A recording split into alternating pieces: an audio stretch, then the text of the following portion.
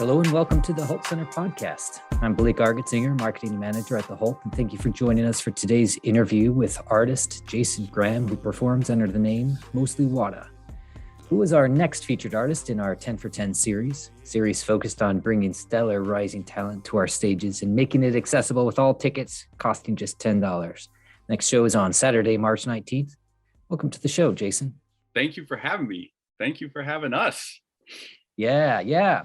Well, one of the favorite aspects of my job is that I get to fill my brain with information about cool people, cool artists, cool musicians. And as I was reading one of your bios, the description was how was it phrased? Consummate creative. And right. I think that kind of nails it. I mean, speaker, performer, poet, visual artist, educator, musician, former slam poetry champion, and right. listening to your just newly released album and listening to the poetry in that, I believe all of that. So I'm hoping, in your own words, you can give some of our listeners like a quick overview of you as an artist and what you're bringing. Yeah. A poly artist, interdisciplinary, multidisciplinary, transdisciplinary.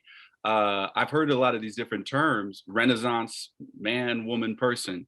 I've heard a lot of these different terms for folks who are pulled by their inspiration into a variety of different mediums. And to my delight, that is becoming more and more common as you know, for a variety of reasons. Accessibility to technology, for example, is something that's easier and easier when it comes to different mediums of creation. Nobody's hoarding the color blue, for example, or anything. You know what I mean? I mean, historically, sometimes it's been quite difficult for us to not only be able to make the art that we want to make, but with the materials that we want to create this stuff with. So yeah, so I do a lot of, this is to say, it's difficult to make this sometimes because the society itself says, whoa, cool it on that.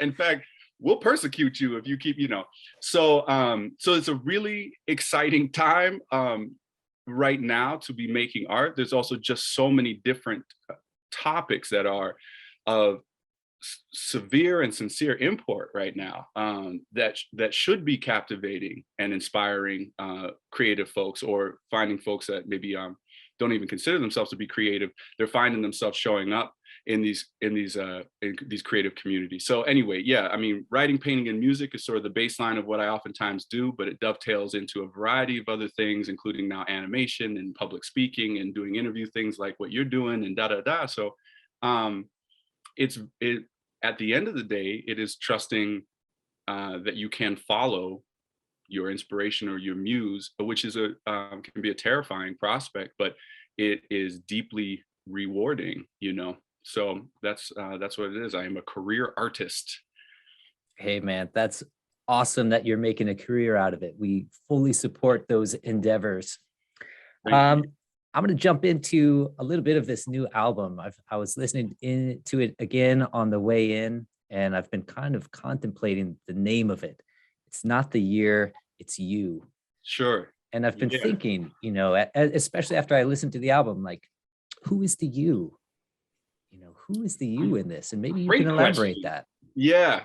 I think whether it's, creating a body of music that, is put categorically into hip hop, or whether it's a painting that I do, or whether it's speaking engagement, whatever it may be, I'm trying to create something that has depth to it, that both pertains to what's going on right now, but then is also speaking to not just the headline, the baseline.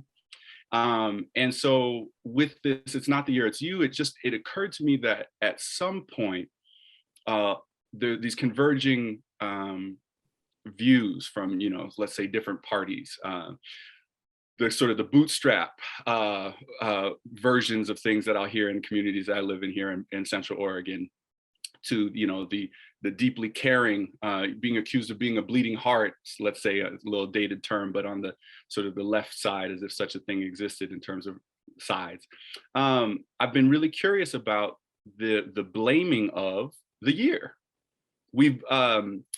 I've heard a lot of, I can't believe in this year this is still happening, or or a linear view of time, as if we've only become more intelligent or more free. There's clearly, it's very clear as we look at our histories that there are a variety of communities existing in a variety of different times that had a lot more harmony, had a lot more freedoms than we are experiencing now.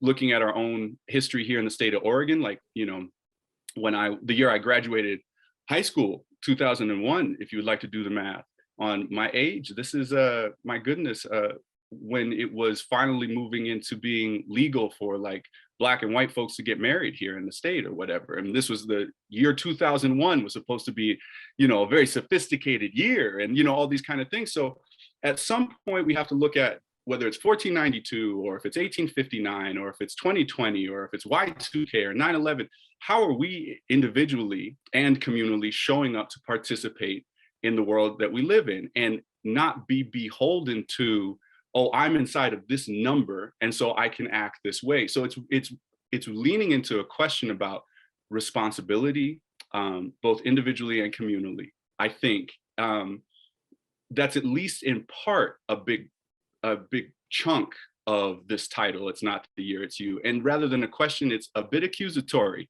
It should take you back, like, what did I do? And that's the great question. What did you do? And as you say, who is the you? And to what degree do I interact with you know, that label, that title, that understanding of you? And I love that. It's continuing to make me think. This is, again, it's my pleasure to get to have these conversations because it's so much of you know, a process of, you know, what's going on. Yeah, well, and then also too, of course, the you know, during the breakup, it's not me, it's you, right? You know, it's not you, it's me. You know, so this is, you know, playing into the intimacy of a longstanding relationship as it changes as well. So it should touch on the philosophical or the political or the whatever. It should definitely also touch on the personal. Yeah.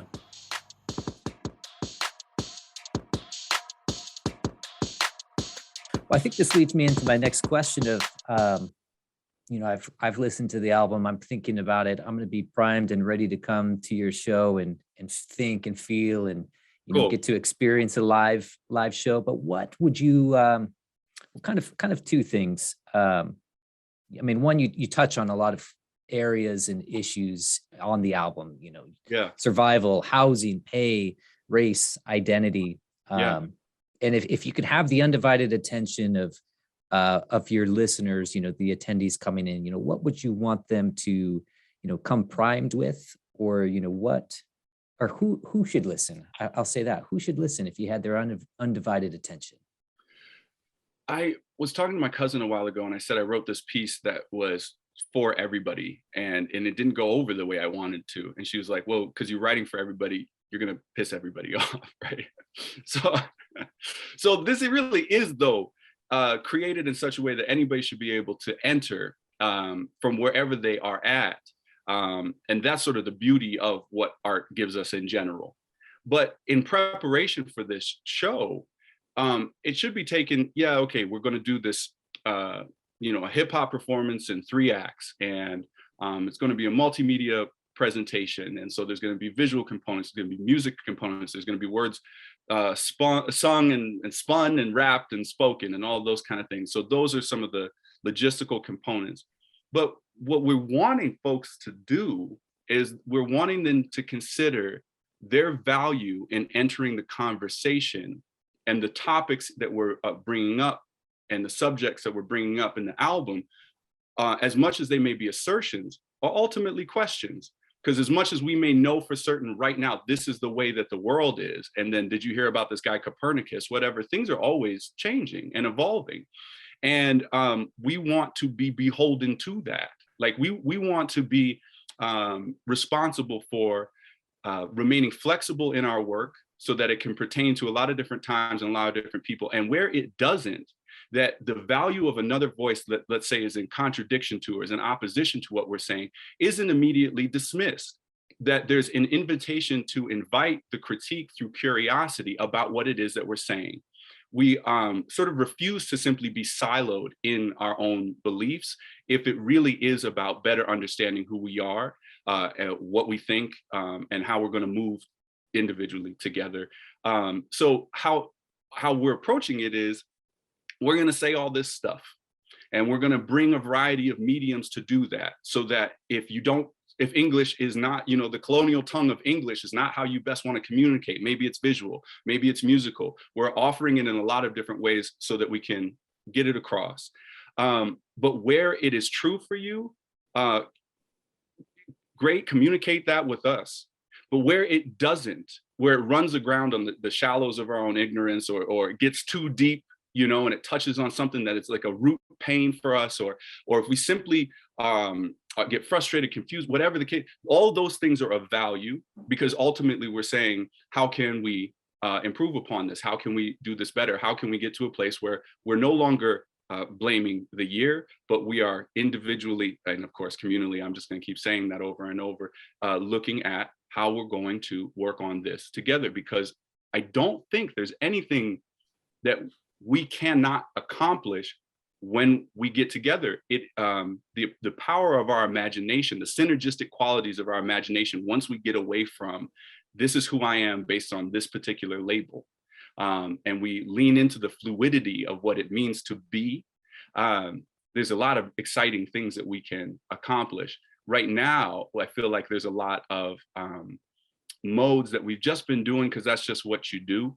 And we don't necessarily think about, is it the best way to do it?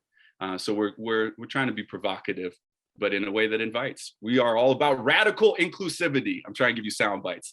All right, this is one more thing why we got to do a show, because man, do I just diatribe, love the sound of my own voice, blah blah. So we got to let's package this thing into something nice and tidy, because otherwise I'll just be up on stage talking for half an hour, shoot. So anyway. Yeah, community, radical inclusivity. I think that's exactly what we need right now. I mean, absolutely. I've been just listening to you talk, I'm reflecting and feeling, and the last 2 years, everything that's happening in the world right now. Yeah. Getting face to face with someone, getting people in a room, and just we were recently talking about resonance, how all of the hearts in the room, they start to resonate together, they start to beat together. Right. When you're experiencing this live performance together. And man, I'm just getting goosebumps thinking about it, but I look forward to that at your show, March 19th. And, I hope people leave feeling and thinking. And that was my next question, what will they leave feeling? But I think you've touched on it, but is there anything else you want to share of what you hope audiences will leave your show feeling? I hope audiences will leave feeling that their opinion is of a priceless value. And whether or not we believe it is immediately in accord with the other, that their life experiences and how they see things are an essential part of the whole. We are very focused on the things that are important to us. When we get focused on things, we naturally create blind spots. So we need each other's viewpoints to see the full 360, to see all the dimensions and the various aspects of how to best care for each other. So a grand theme, there are some grand themes, radical inclusivity being one of them, but also care as a revolutionary act, and the deep gift and of the responsibility of our generosity towards each other. When you just put it on a bumper sticker, maybe it doesn't hold the value, but as you start to live this stuff, things become, in not a contrived way, not in a flimsy way, but they become quite magical. And that's really exciting at a time when we need to be able to dream as big as possible to make our way through in these various stages that we are cocooned and mothed and chrysalis and butterflied in. It's a really beautiful time. So hopefully the audience feels that it's a participatory event, that they aren't just simply there for entertainment, they're there for engagement. So, yeah. Well, I know folks will be coming to our website and checking out the event page, and they still might have questions. What does this experience look like? Am I going to hear the album just spoken through a microphone, or what is it? And I know that it's much more than that. and I would love to hear from you to share what are people going to be experiencing when they come in the room. Great. Yeah, we are going to be performing the tracks that are from the recent release entitled "It's Not the Year, It's You." There's going to be a visual component. So we're using, in this case, we're using projections. We're also going to be using LED boards at other performances.